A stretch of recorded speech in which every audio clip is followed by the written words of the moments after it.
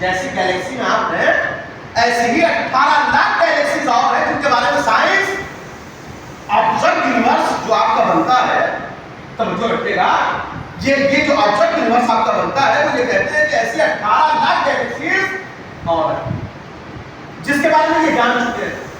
کتنوں کے بارے میں انہوں نے کیا ہے؟ 300 کروڑ ایسی گیلیکسیز اور ہیں. 300 کروڑ میں سے اب تک کے انسان 18 لاکھ کے بارے میں جان پایا ہے. میں یہ نکات ہر جگہ نہیں کرتا، آپ کی سماعتیں والدہ ہے، لہٰذا آپ کو محترم سماعتوں کے حوالے یہ عظیم نکات قرآن مجید کا پیش کر رہا ہوں، ورنہ یہ والدہ سماعتیں اگر محدودہ خاطر پاؤں تو یہ نکات بیان نہیں کیے جاتے ہیں، محفوظ کر لیے جاتے ہیں. توجہ رکھیے گا، 300 کروڑ ایسی اور گیلیکسیز ہیں. 300 کروڑ اور گیلیکسیز میں سے سائنسدان ناسا اب تک کا انسان صرف 18 لاکھ کے بارے میں جان پایا ہے. اور 18 لاکھ گیلیکسیز کیسی ہیں کہ ان کا زمین سے آسمان تک کا فاصلہ کتنا ہے؟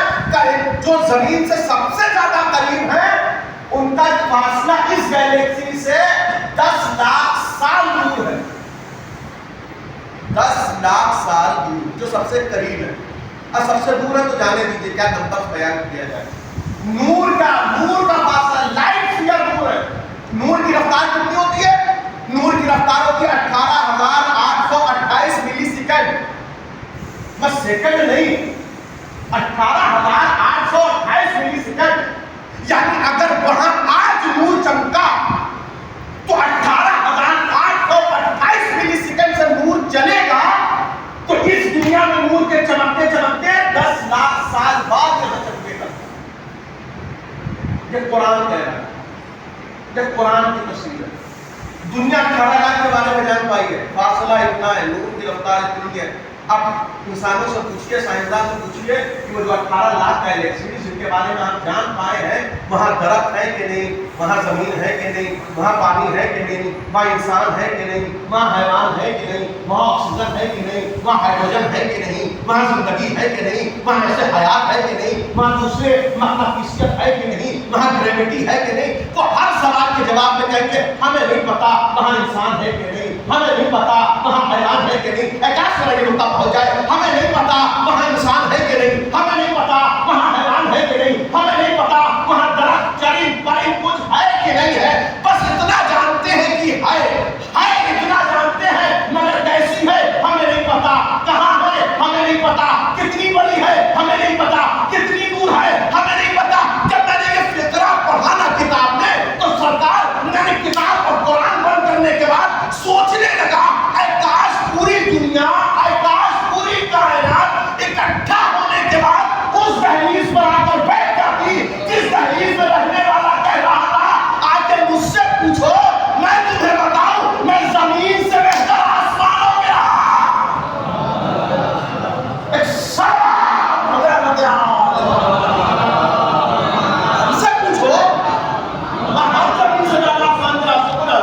ہم سے پوچھو، ہم تمہیں بتائیں کون سی گیلیکسی کا فاصلہ کتنا دور ہے. اچھا میرا حضرت، میں نے کہا نا عیسائی رائٹر افریقہ میں اسے کسی نے نہج البلاغہ کی تھی، جارج اس کا نام تھا، اس نے پڑھی نہیں. اس نے بس پڑھا، پڑھنے کا پہلا خطبہ پڑھا، پڑھ کے بند کر دیا. پہلا خطبہ پڑھا، پڑھ کے بند کر دیا. یہی خطبہ جو میں نے خطبے میں پڑھا ہے، الحمدللہ الذی لا یبلغ بجهته القائلون ولا یحسن ما اولادون. مولانا تقیان نے نہج البلاغہ کے پہلے خطبے میں کائنات کیسے بنی ہے اس کا تذکرہ کیا ہے کہ پانی سے بخارات اللہ نے کیسے اٹھائے ہیں اور اس کے بعد بادل کیسے تشکیل دیا ہے. پہلا آسمان، دوسرا آسمان، تیرا ہاتھ سے وہ بیٹھا ہوا تھا پہلی رو میں بیٹھا ہوا انسان. اس کے بعد جب ٹاپ 3 کے سائنسداں آئے ان کی تقریر ہونا شروع ہوئی اور جب ٹاپ 1 کی بات آئی انہوں نے کہا ہم ترقی کرتے کرتے اتنی دور پہنچ گئے ہیں کہ ہم یہ بتا سکتے ہیں کہ آسمان اللہ نے بخار سے بنایا ہے، دنیا اللہ نے پانی میں بنائی. جیسے ہی اس سائنسدان نے یہ بات کہی فوراً جارج کا ذہن کھلی کو یہ بات میں نے کہیں تو پڑھی ہے اور فوراً اس نے سیمینار چھوڑا، گھر لوٹ کے آیا. وہ انسان کون تھا؟ یہ 14 صدیوں کے بعد اتنی یونیورسٹی پڑھنے کے بعد پوری دنیا گھومنے کے بعد آج یہ بات کہہ رہے کہ بس ہم اتنا جان پائے ہیں کہ یہ دنیا پانی پہ بنائی، پروردگار عالم نے بخارات سے آسمان بنائے. وہ کون تھا جو 1400 سال پہلے کی ساری باتیں بتا رہا تھا؟ وہ لوٹ کے آیا، لوٹ کے آنے کے بعد اس نے نہج البلاغہ پڑھنا شروع کیا. اپنی زندگی میں 200 بار نہج البلاغہ پڑھنے کے بعد کہتا ہے کہ جب پڑھا تب سمجھ میں آیا کہ کچھ نہ کچھ پھر کہتے کائنات کے حوالے سے علی نے ایسا تبصرہ کیا ہے کہ انسانیت انگشت بدلنا ہے. اب یہی جارج جب شیعہ ہوا، میرے سماج میرے محترم سامعین میرے نقطے تک پہنچ جائیں، وہ کہتا ہے کہ یہی جارج جب شیعہ ہونے کے بعد سرزمین قم پر تشریف لایا تو علماء نے ایک مجلس برپا کی اور اس مجلس میں جارج کو بلایا. اب جب جارج اس مجلس میں آیا، تمام مراجع اکرام بیٹھے ہوئے تھے، ان کی موجودگی میں جارج نے ایک سوال کیا کہ اگر ساری باتیں تو ہو گئی، مجھے ہاتھ ہے کہ ایک سوال کرو. کہ بسم اللہ، آپ جو پوچھنا چاہتے ہیں پوچھیے. کہ میں یہ پوچھنا چاہتا ہوں، اللہ ہر صرف موجود ہے نا، مشرق میں بھی ہے، مغرب میں بھی ہے، شمال میں بھی ہے، جنوب میں بھی ہے. جب اللہ ہر صرف موجود ہے تو اللہ نے سجدہ کعبے کی طرف کیوں کرایا؟ آگے میرا موضوع، اللہ کا ادھر بھی کسی صرف بھی سجدہ کرا سکتا تھا، اللہ نے کعبے کی صرف سجدہ کیوں کرایا؟ ہمارے طالب علم نے کہا اس لیے کہ اسے ابراہیم نے اپنے ہاتھوں سے بنایا. آپ کا جواب بڑا اچھا ہے، مگر میرا منظور نظر نہیں، میرا مقصود نظر نہیں. دوسرے کسی مراجع اکرام نے کہا اس لیے کہ یہ بیت اللہ ہے، اللہ کی توحید کی علامت ہے، توحید پروردگار کی علامت ہے. تو بڑا خوبصورت جواب ہے، مگر میرا منظور نظر خراب ہے. کسی نے پوچھا، کسی عالم سے پوچھا کہ اللہ نے کعبے کی طرف سجدہ کیوں کرایا؟ کہ اس لیے کہ جیسے کعبہ یہاں ہے، آسمان پہ اللہ نے بیت المعمور کو تعمیر کیا، اس لیے جیسے انسان کعبے کا طواف کرتے ہیں، فرشتے بیت المعمور کا طواف کرتے ہیں. تو بڑا اچھا جواب ہے، مگر میرا منظور نظر جواب نہیں. پھر سب اپنا جواب دے چکے، سب کا جواب اچھا ہے، بہتر جواب ہے، مگر میرا منظور نظر جواب نہیں ہے. ایک جواب میں دینا چاہتا ہوں. اب تمام مراجع اکرام کو خطاب کرنے کے بعد جارج کہتا ہے مجھے یہ لگتا ہے کہ اللہ نے کعبے کی صرف مسلمانوں کو نماز میں سجدہ اس لیے کروایا ہے کہ کعبے میں پیدا ہونا تھا علی ابن ابی طالب کو. اللہ اکبر. اللہ نے تمام 73 سے کے مسلمانوں کو کعبے کی طرف نماز میں حالت میں نماز میں سجدہ اس لیے کرایا ہے کہ کعبے میں پیدا ہونا تھا علی ابن ابی طالب کو. اللہ یہ چاہتا ہے مسلمان جب مصلی پر آئے تب تک اسے علی ابن ابی طالب یاد آئے. ایک سایہ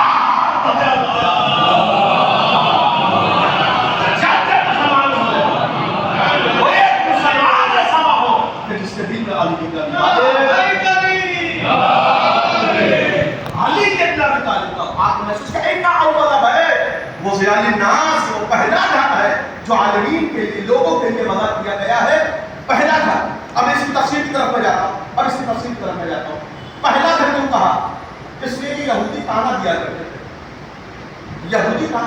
تھے کہ دیکھو مسلمان تو ہو گیا، مگر مسلمانوں کے پاس اپنا کوئی قبلہ بھی نہیں ہے، تم مجبور ہو. اچھا ایک سوال پوچھوں آپ سے، مسلمان اعلان رسالت ہوتے ہی اللہ نے سجدہ کعبے کو کرایا ہے بیت المقدس کو؟ جو لوگ حج کرنے گئے، عمرہ کرنے گئے، تو مسجد میں جا کے نماز پڑھو گے نا، مسجد قبلتین، 2 قبلوں والی مسجد.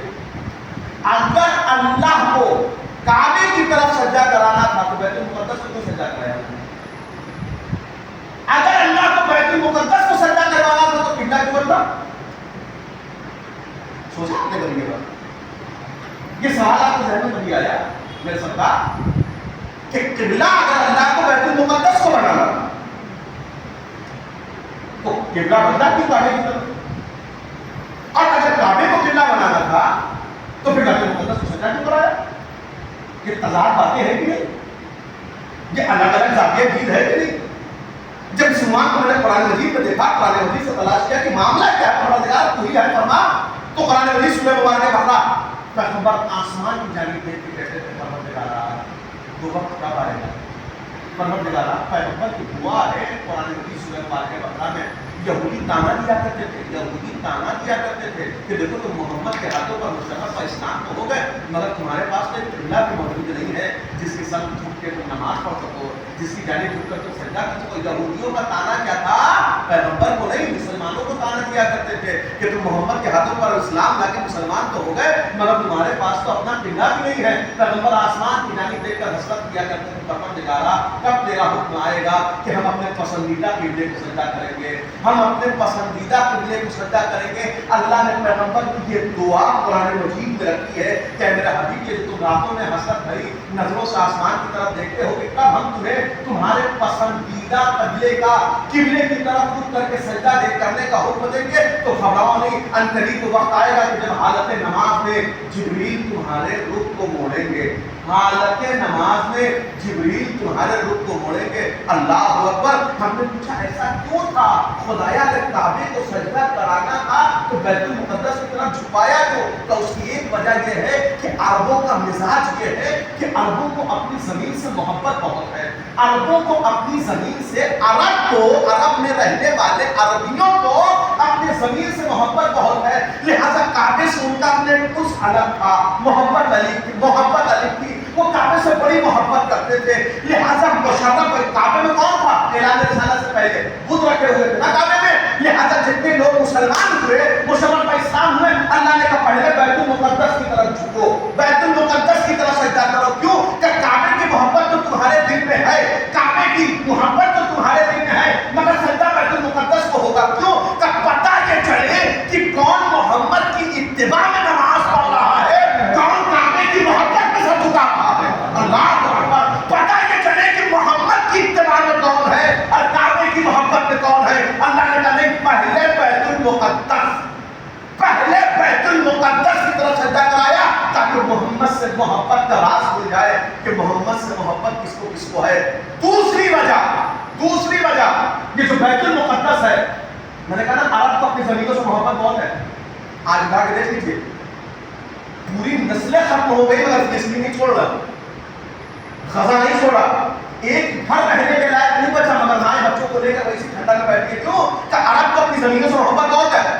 یہ میں 1400 سال پہلے کی تاریخ پڑھ رہا ہوں, 1400 سال پہلے کی. لہٰذا اللہ نے بیت المقدس, مسلمان دیکھو بیت المقدس ہو. پروردگارہ کیوں کہ بیت المقدس بنی اسرائیل کا قبلہ تھا.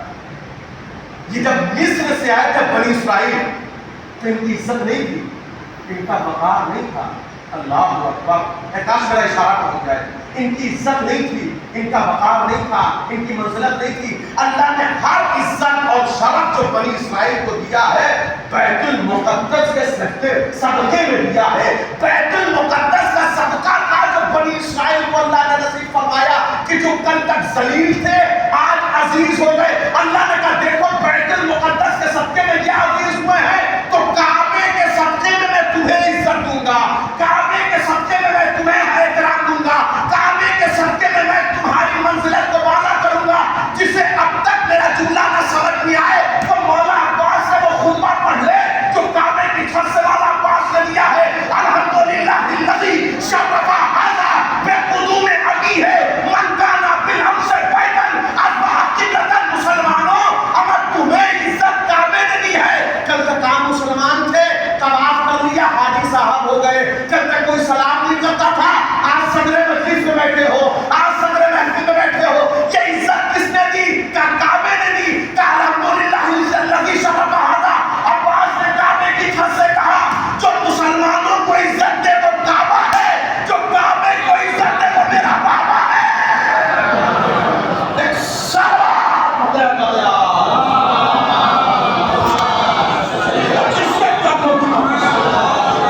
اللہ نے کعبہ بنا دیا. اور تو لے گا لیکن ابھی تعلیم کی بات ہے. ان اول بیت وضع للناس الذی ببکۃ مبارکا وہدی للعالمین. وہ پہلا گھر ہے کعبہ جو عالمین کی ہدایت کے لیے اللہ نے بنایا. اب یہاں سے آئیے میں کچھ سوال آپ کے ذہنوں میں چھوڑ دیتا ہوں, اس سوال پہ تبصرہ کر لیتا ہوں.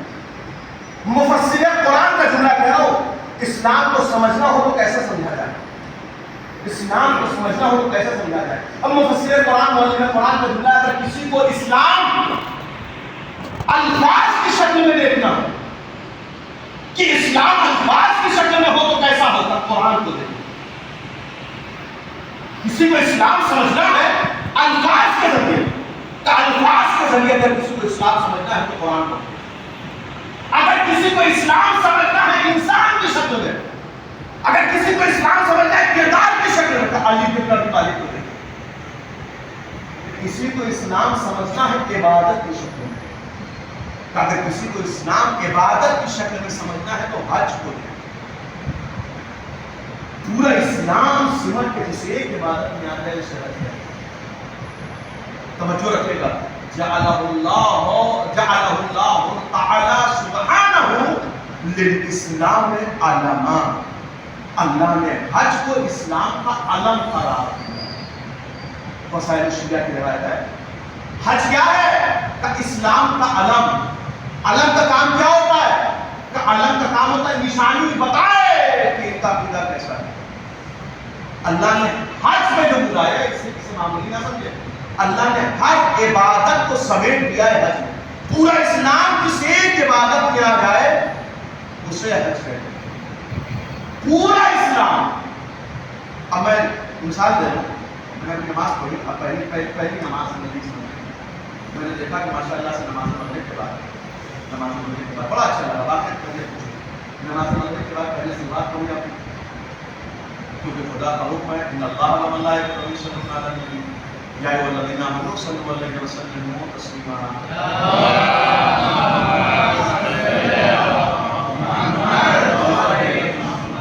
اللہ کا حکم ہے کہ یہ کام تو کوئی عبادت نہیں کرتا، وہ یہ عبادت کرتا ہے، لہٰذا ایمان لانے والا تم یا محمد کے سلوات اور سلوات پڑھی آپ نے۔ اس کا میں نے یہ دیکھا کہ آپ نے نعرہ حیدری بعد میں لگایا، دشمنانی اہل بیت کو لعنت پہلے تھے۔ بڑا اچھا طریقہ مجھے لگا کہ آپ نے تبرہ پہلے کیا تولہ بعد میں، کاش میرا اشارہ کر دیا۔ آپ نے ترتیب وہی رکھی جو ترتیب کلمہ کی ہے۔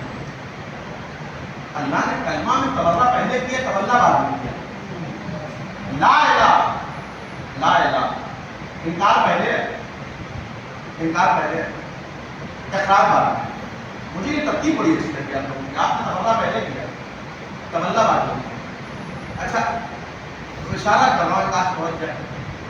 حقیقت اسی کو، سچ اسی کو کہتے ہیں جو اپنے آپ کو منوانے کے لیے بیساکھی کا محتاج نہ ہو۔ حقیقت اسی کو کہتے ہیں سرکار جو اپنے آپ کو منوانے کے لیے کسی بیساکھی کا محتاج نہ ہو، کسی بیساکھی کا محتاج نہ ہو۔ حق اسی کو کہتے ہیں جو سر چڑھ کے بولے، حق اسی کو کہتے ہیں جو سر چڑھ کے بولے۔ لہذا 14 صدیوں کی تاریخ گواہ ہے کسی بھی مکتبہ فکر کے مسلمان کی اتنی حیثیت نہ ہوئی کہ وہ یہ کہہ سکے کہ علی اللہ کے ولی نہیں ہے۔ 73 فرقوں میں سے ہر فرقے کے مسلمان کسی بھی مکتبہ خیال کا ہو، کسی کی اتنی حیثیت نہ ہوئی کہ وہ یہ کہہ سکے کہ علی اللہ کے ولی نہیں ہے۔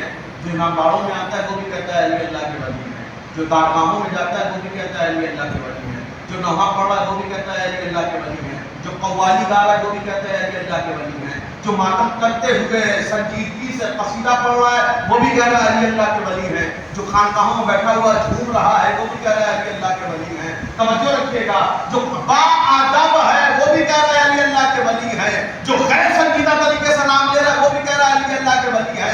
تو ہر انسان علی کو اللہ کا ولی، علی کو اللہ کا ولی کہہ رہا، علی کو اللہ کا ولی کہہ رہا۔ میں نے کہا کوئی کمال کی بات نہیں ہے اگر آپ علی کو اللہ کا ولی کہہ رہے ہیں، اگر آپ علی کو ولی پروردگار کہہ رہے ہیں اس میں کوئی کمال کی بات نہیں ہے، اس لیے کہ حقیقت وہی ہوتی ہے جو سب چڑھ کے بولے، حقیقت وہی ہوتی ہے جس کا انکار نہ کیا جا سکے، حقیقت اسی کو کہتے ہیں جو اپنے آپ کو منوانے کے لیے کسی بیساکھی کی محتاج نہ ہو۔ یہ قوم 1400 صدیوں سے، یہ قوم 14 صدیوں سے، 1400 سالوں سے یہ بات نہیں پیش کر رہی ہے کہ آپ علی کو اللہ کا ولی مان لو۔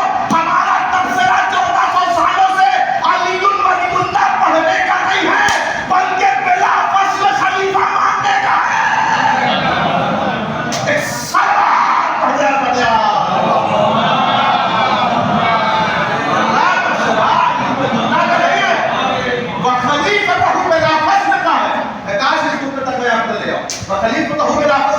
اس بات کو محسوس کریے کہ پروردگار عالم نے حج کو اسلام کا علم، تمام عبادتیں، حج میں نماز ہے کہ نہیں ہے، نماز، حج میں روزہ ہے کہ نہیں، روزے کے عالم میں آپ کیا ہے جو بیوی آپ پر حلال ہے حالت روزہ میں آپ کے حرام ہے. جو بیوی آپ کے حلال کی نکاح کے بعد اگر آپ روزے سے حرام ہے. اسی طریقے سے جیسے آپ نے لباس احرام پہنا آپ کی بیوی آپ پہ حرام ہو گئی. کب تک؟ جب تک طواف النساء ہے نا. تو روزہ ہے کہ نہیں حج میں؟ اما جسے کبھی خون سے نکالنے کی عادت نہیں تھی وہ بھی حج میں جا کے وہ پوچھتا مولانا کتنا نکلے گا، کتنا نکلے گا. یعنی پوری زندگی حج خون سے نکالنے کی عادت نہیں تھی، حج کے موقع پر اللہ نے نکلوا دیا. آئے کہ نہیں؟ خمس و زکات کا مسئلہ آیا کہ نہیں؟ حج پہ پہنچے کسی کو دیکھا مسئلہ نہیں آ رہا ہے، ہمیں معلوم نہیں ملتا ہے کہ نہیں؟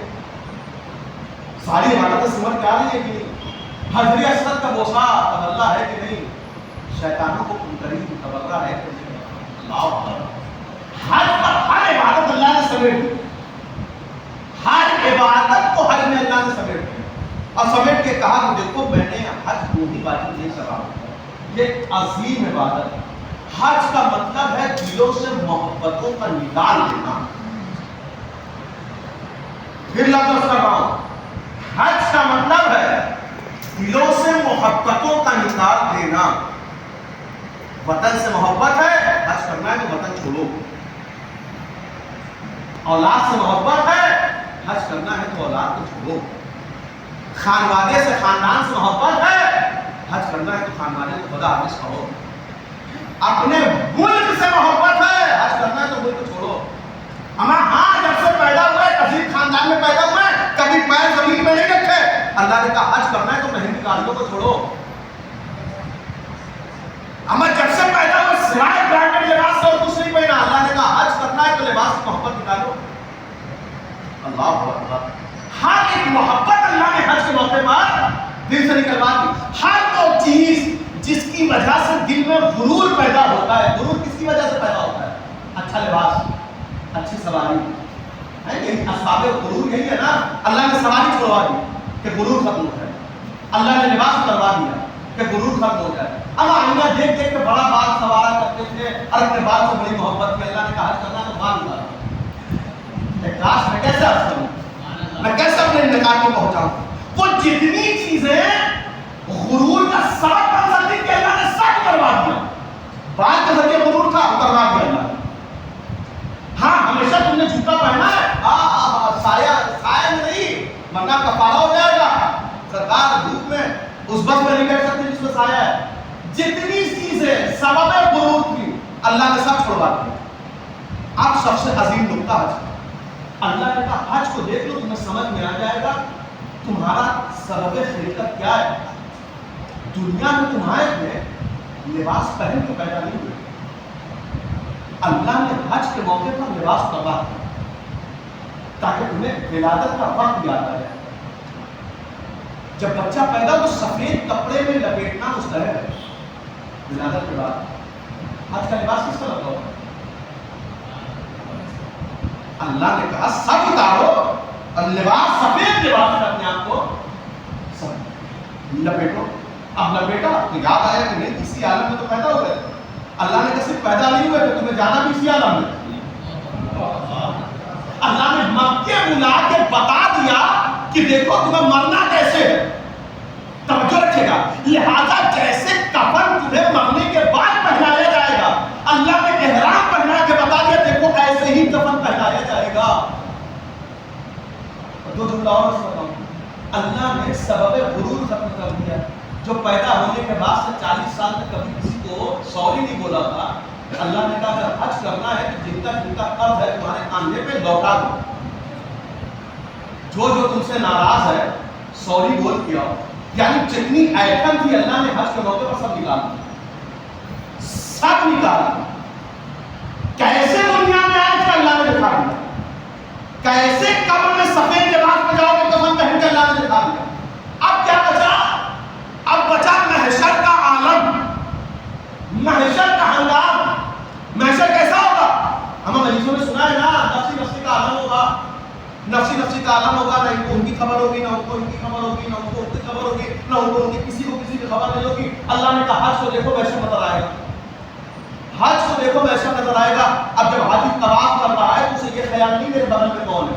اب جو حاجی طواف کر رہا ہے اسے یہ یاد نہیں ہے کہ میرے آگے کون ہے. اب جو حاجی طواف کر رہا ہے اسے یہ یاد نہیں ہے کہ اس کے پیچھے کون ہے. ہر حاجی کو اپنا خیال ہے کہ میرا طواف مکمل ہو. ہر حاجی کو اپنا خیال ہے کہ میری نماز طواف مکمل ہو. ہر حاجی کو اپنا خیال ہے کہ میری سعی مکمل ہو. اللہ نے کہا جو محشر کا ہنگام تھا میں نے مکے میں تمہیں دکھا دیا. جیسے وہاں نفسی نفسی کا عالم ہوگا, کوئی کسی کو نہیں پہچانے گا, کسی کو کسی کی خبر نہیں ہوگی, ایسے ہی میں نے مکے میں تمہیں دکھا دیا کسی کو کسی کی خبر نہیں ہے, سب کو اپنی فکر ہے, نفسی نفسی کا عالم ہے. میں نے کہا بس ایک فرق ہے, محشر میں مسلمانوں کا دل گھبرایا ہوا ہوگا, مسلمان تڑپ رہے ہوں گے, اللہ جانے کیا ہوگا, پروانہ جنت ملے گا کہ پروانہ جہنم ملے گا, جنت میں جائیں گے کہ جہنم میں جائیں گے. میں نے کہا مجھے مسلمانوں کا نہیں پتا, مگر حج کے موسم میں پوری امت مسلمان پریشان ہے. مگر جسے شیعہ قوم کہتے ہیں یہ بڑی مطمئن ہے, یہ اطمینان سے طواف کر رہی ہے, یہ اطمینان سے نماز طواف کر پڑھ رہی ہے, یہ اطمینان سے صحیح کر رہی ہے. پوچھا کیوں؟ کہ ہمیں تکلیف تب تک ہوتی ہے جب تک ہمارا امام ہمارے ساتھ نہ ہو. حج کے موقع پر ہر شیعہ کو پتا ہے جیسے ہم طواف کر رہے ہیں ایسے امام طواف کر رہے ہیں, ایسے امام صحیح کر رہے ہیں. ایک سلام ہو گیا یہ ہے بھائی, امام پورے سال کہیں رہے وقت کا امام. مگر روایتوں نے بتایا ہے کہ حج کے موسم میں امام حج میں ہوتے ہیں, لہذا امام مطمئن ہے. اب آخری مدت میں مجلس تمام نتیجے سے کریں, مسلمانوں کے درمیان ہر چیز میں اختلاف ہے. مجھے نہیں پتا میرے سرکار کہاں تک آپ متوجہ ہے اس حوالے سے, کہاں تک آپ کی تحقیق ہے, کہاں تک آپ کی نظر ہے, مگر مسلمانوں کے درمیان ہر ایک شے میں اختلاف ہے. نبی 23 سال تک, تبلیغی زندگی نبی کی 23 سال ہے, نبی کہتے ہیں صلو کما رأیتمونی, ایسے نماز پڑھو جیسے میں پڑھ رہا ہوں, ایسے نماز پڑھو جیسے میں پڑھ رہا ہوں. مسلمان 5 وقت آتے نبی کے پیچھے نماز پڑھتے رہے, جو 3 وقت نہیں 5 وقت پڑھتے ہیں وہ بھی 5 وقت نماز پڑھتے رہے, مگر یہی طے نہیں ہوا کہ نیت ہاتھ کھول کے تھی, کہ نیت ہاتھ بند کر کے تھی, کہ نیت نابی پہ تھی, کہ نیت سینے پہ تھی, کہ نیت درمیان میں تھی, کہ نیت پیٹ پہ تھی. ہم پوری زندگی نبی کو نماز پڑھتا ہوا دیکھا, نیت نہ طے کر پائے. اب ان کی آنکھوں کو کتنا بھروسہ کرے گا, ان کی آنکھوں کو کتنا بھروسہ کرے گا جنہوں نے پوری زندگی نبی کو نیت کرتا ہوا نہ دیکھ پائے کہ نماز میں اتنا اختلاف ہے کہ نہیں, روزے میں اختلاف ہے. سب سے کم اختلاف 73 فرقوں کے مسلمان میں, اگر کسی عبادت میں ہے تو حج. آخری بات اس سلسلے کی اور میری مجلس تمام, سب سے کم اختلاف مسلمانوں کے درمیان اگر کسی عبادت میں ہے تو وہ حج ہے. شیعہ بھی ساتھ طواف کرتا ہے, سنی بھی ساتھ طواف کرتا ہے, شیعہ بھی ساتھ طواف کرتا ہے, اہل حدیث بھی ساتھ طواف کرتا ہے. متوجہ ہو جائے اس حوالے سے, ساتھ طواف آپ کے وہاں بھی ہے, ساتھ طواف ان کے وہاں بھی ہے. نماز طواف آپ کے وہاں بھی ہے, نماز طواف ان کے وہاں بھی ہے. صحیح آپ کے وہاں بھی ہے, صفا و مروہ کے درمیان صحیح ان کے وہاں بھی ہے. توجہ رکھیے گا, قربانی آپ کے وہاں بھی ہے, قربانی ان کے وہاں بھی ہے.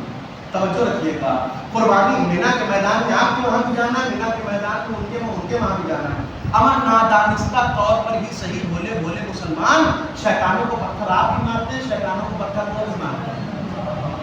حجر اسود کا بوسہ آپ بھی لے رہے ہیں, حجر اسود کا بوسہ وہ بھی لیتے ہیں, زمزم آپ بھی لا رہے ہیں, زمزم وہ بھی لا رہے ہیں. سب سے کم اختلاف اگر مسلمانوں کے درمیان کسی ایک عبادت میں ہے, اس عبادت کا نام ہے حج.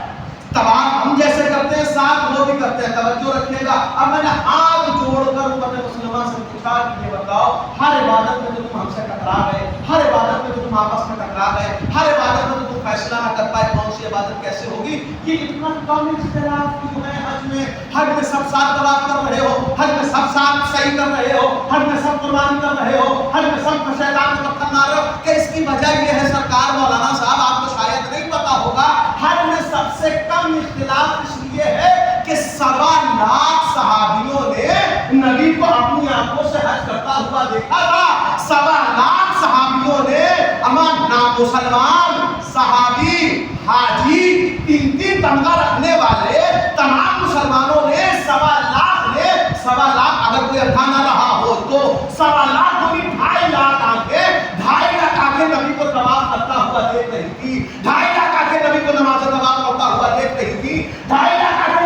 رسائی کرتا ہوا قربانی کرتا ہوا دیکھ رہی تھی. لہذا سب سے کم اختلاف مسلمانوں کے درمیان عبادت حج میں ہے. بس ایسے انہوں نے اتنی بات کہی, ہم نے ہاتھ جوڑ کے کہا سرکار 1400 سال سے ہماری آپ سے شکایت بس اتنی سی ہے کہ جو آنکھیں کعبے میں کھلی رہی وہ غدیر میں بند کیسے ہو رہے ہیں.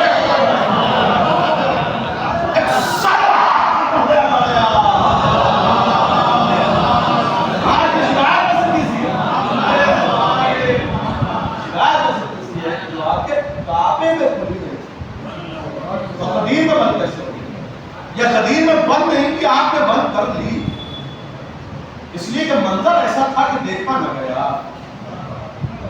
اور منظر کے ساتھ ساتھ اتنا اعتباری جملہ تھا کہ انکار کرتے نہیں بنا. اس لیے کہ آج تک حدیث نبی کو کوئی انکار نہیں کر پایا. من تم کو اللہ ہو بس ایک جملہ میں گفتگو تمام ہوئی. مسلمانوں کے تین خلیفہ تینوں طے کیسے ہوئے؟ تینوں طے کیسے ہوئے؟ پہلے خلیفہ رسول نے تعلیم کیا تھا پبلک فنڈ کے ووٹ کے ذریعے بنایا. ہم نے کہا سنت یہی ہے تو دوسرے کو بھی ووٹ کے ذریعے بننا چاہیے, دوسرے وصیت کے ذریعے بنے نا. پہلے میں وصیت کر, میں نے کہا جتنی عقل ان کو اتنی عقل بھی پیغمبر کو نہیں تھی. وہ جا رہے ہیں تو امت کو بسارا چھوڑ کے نہیں جا رہے کسی کے حوالے. اتنی عقل بھی نبی کو نہیں تھی کہ وہ اپنا جانشین ہی معین کر کے نہیں گئے. اگر وصیت کے ذریعے ہی بننا ہے تو وہ مسلمانوں کے دوسرے خلیفہ کو کمیٹی کیوں بنا رہے ہیں؟ اس کا مطلب یہ ہے کہ اختلاف آپ کے درمیان ہے, یہ بات ہے پیغمبر میں اختلاف ہے. پیغمبر نے ایک حدیث کہا کہ ہمارے درمیان دو گرام قدر چیزیں چھوڑے جا رہا. قرآن کا دامن پکڑا, علی کا دامن چھوڑا تب بھی ہوگا. علی کا دامن پکڑا, قرآن کا دامن چھوڑا تب بھی ہوگا. اس لیے کہ یہ دونوں ہم پیغمبر نے کبھی نہیں کہا کہ قرآن اور اہل بیت ان دو انگلیوں کے برابر. اس لیے کہ اسے ادھر سے دیکھو گے تو یہ چھوٹی ہے یہ بڑی ہے, اگر آپ نے پلٹ دیا تو یہ بڑی ہے یہ چھوٹی ہے. پیغمبر نے کبھی نہیں کہا کہ قرآن اور اہل بیت ان دو انگلیوں کے برابر ہے. اس لیے کہ جب بھی دیکھو تو ایک بڑا اور ایک چھوٹا نظر آتا ہے. پیغمبر نے جب بھی کہا ان دو انگلیوں کو ملا کے کہا قرآن اور اہل بیت ان دو انگلیوں کے برابر. جس بھی روپ سے دیکھو گے برابر نہ قرآن کو اہل بیت سے جدا کیا جا سکتا ہے. تم بس اتنا کرو گے کہ سر اور قلب جدائی کرو گے. تم بس اتنا کرو گے کہ وسائل کا سر قلم کرو گے, مگر قرآن اور اہل بیت کے درمیان تم جدائی نہیں لا سکتے. کیوں؟ تم سر قلم کرو گے لوگ نہدا سے قرآن, لوگ نہدا پر وسائل کا سر قرآن. کیوں؟ اس لیے کہ یہ دو ایسے صاحب ہیں کہ ان دونوں میں کبھی جدا ہی بات نہیں.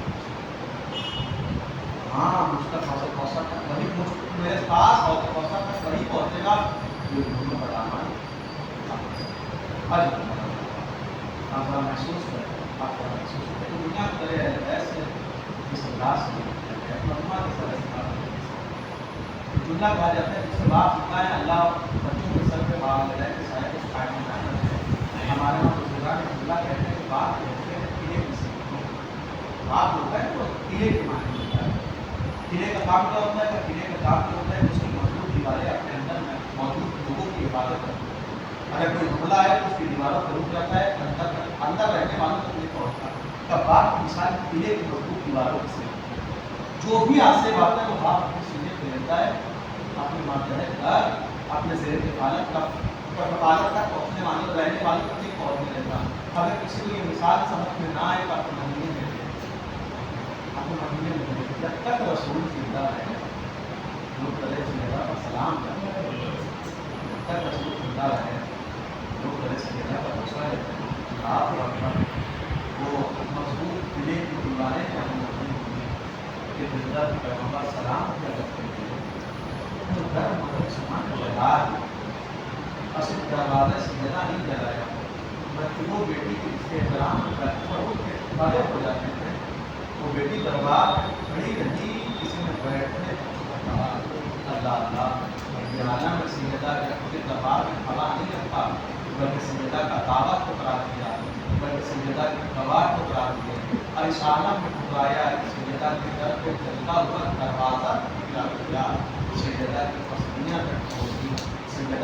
جب تک شہید کر دیا. اب ہمارا صاحب دنیا دیکھ کے شہزادی کو کیا کیا ستم ہوئے. یہ بات بیٹی اپنے بابا کو پکار کر کے صبح کر دیا. مسائب نہ بابا کیا بتاؤں مجھ پر کتنے مسائب آئے گئے. اگر دن کی تاریخی پڑھائے جاتے دن کے اجالے پڑھائے جاتے تو رات کی تاریخی میں تبدیل ہو جاتے. یہ وہ بیوی ہے کہ جسے پیغمبر نے قریض بیوی کو اس ترمیم کے ساتھ دی.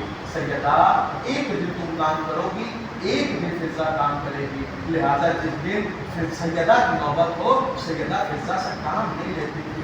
اللہ یہ بیوی اتنی محتاط تھی. ایک وہ بھی دن آیا کہ یہی بیوی ہے اپنی 5 برس کی بیٹی سے کہتے ہیں زینب اٹھو اٹھ کے فلاں صندوق اٹھا کے میرے قریب لاؤ. میں نے کہا بی بی آپ نے تو کوئی کام کبھی زینب سے نہ لیا. یہ بھاری بھرکم صندوق یہ وزنی صندوق یہ 5 برس کی بچی اٹھائے کیسے. عجب نہیں جناب سیدہ پلٹ کی یہ بات کہے زینب اگر مما کی پسلیاں اس لائق ہوتی تو اما اسی کے صندوق اٹھانے کا مطالبہ نہ کرتی. اللہ مجھے نہیں پتا 5 برس کی یہ بیٹی کس عالم سے صندوق اٹھا کے لے کے آئی ہوگی. اماں یہ صندوق آپ کے حوالے. زینب بیٹھو. زینب پہلو میں بیٹھی. اماں کہتی ہے زینب یہ صندوق کھولو. اب تو صندوق کھلا. زینب کیا ہے اماں کچھ سفید کپڑے رکھے ہیں. زینب سفید کپڑے نہیں ہے جنت کے کفن ہے. ان میں سے ایک کفن نکالو. جناب زینب نے ایک کفن نکالا. کہ یہ بابا تجھے دینا کچھ دنوں کے بعد اماں کے کام آ جائے گا. یہ سیدہ جنت کا کفن زینب سے کو نہیں دے رہی ہے بلکہ دوسرے لفظوں میں کہ زینب بس کچھ ہی دنوں کے مہمان اماں ہے. کچھ دنوں کے بعد تمہاری نظروں کے سامنے سیدہ نہ رہے گی. اب جیسے ہی کہا یہ بابا کو دے دینا کچھ دنوں کے بعد اماں کے کام آ جائے گا. اتنا سننا تھا کہ زینب تڑپ کے بولنے لگی اماں یہ کفن آپ کا میرے حوالے ہے. کہاں زینب تمہارے حوالے ہے. اپنے سینے سے لگایا. زینب نے اپنے پہلو میں رکھا. کہا زینب پھر دیکھو کیا بچا. کہا اماں بھی اور کفن ہے. کہا ایک کفن اور نکالو. ایک کفن اور نکالا. کہا اسے بھی اپنے پاس محفوظ کر لو. کہا اماں کس کے لیے. کہا 40 ہجری میں اپنے بھیا حسن کو دے دینا تمہارے بابا کے کام آ جائے گا. زینب پھر تڑپ کے روئی اماں میرے بابا کا کفن نہیں ہے. کہاں زینب تمہارے بابا کا کفن نہیں ہے. زینب نے اپنے سینے سے لگایا پہلو میں رکھا. کہ زینب پھر دیکھو کیا بچا. اب زینب نے دیکھا کہ ہمیں 2 کفن اور ہے. کہ دونوں نکالو. زینب نے دونوں نکالا. کہ زینب سے اپنے پاس محفوظ کر لو 50 ہجری میں حسن کے کام آ جائے گا. اللہ زینب نے دیکھا تڑپ کے بھی کیا کیا.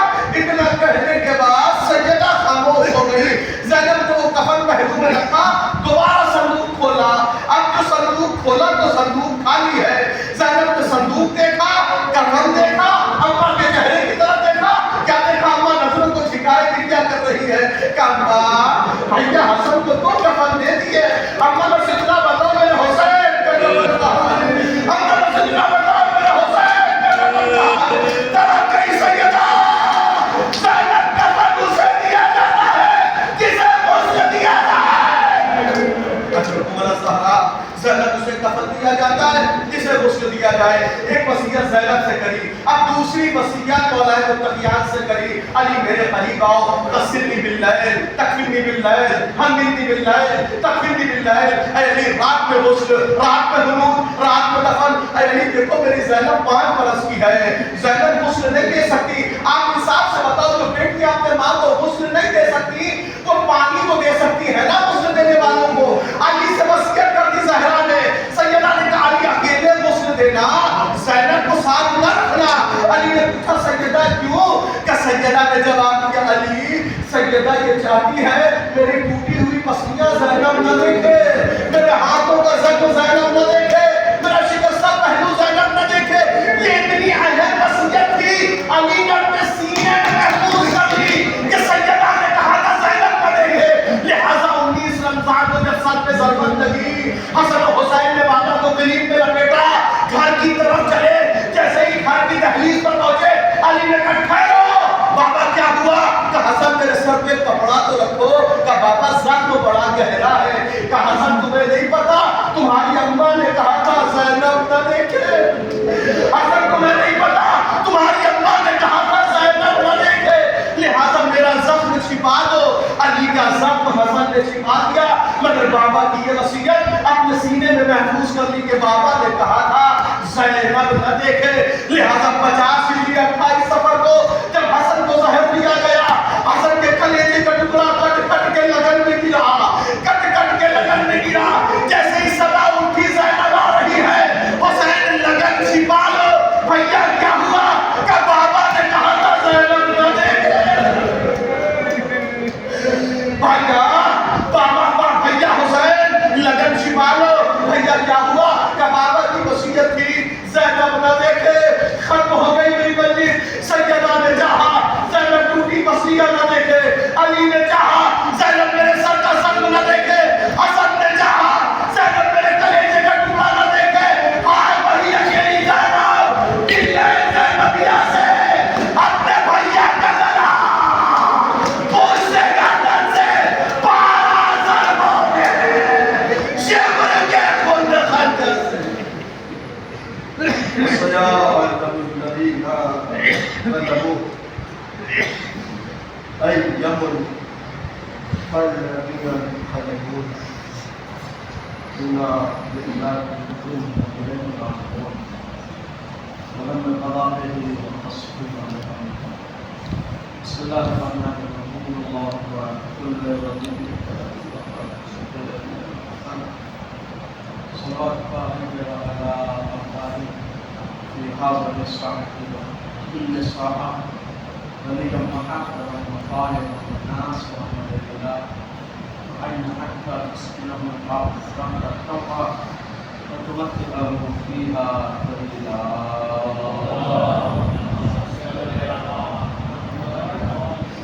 كل هذه البلاد شركة الله وتلك الرسول مدینہ بھی تقریباً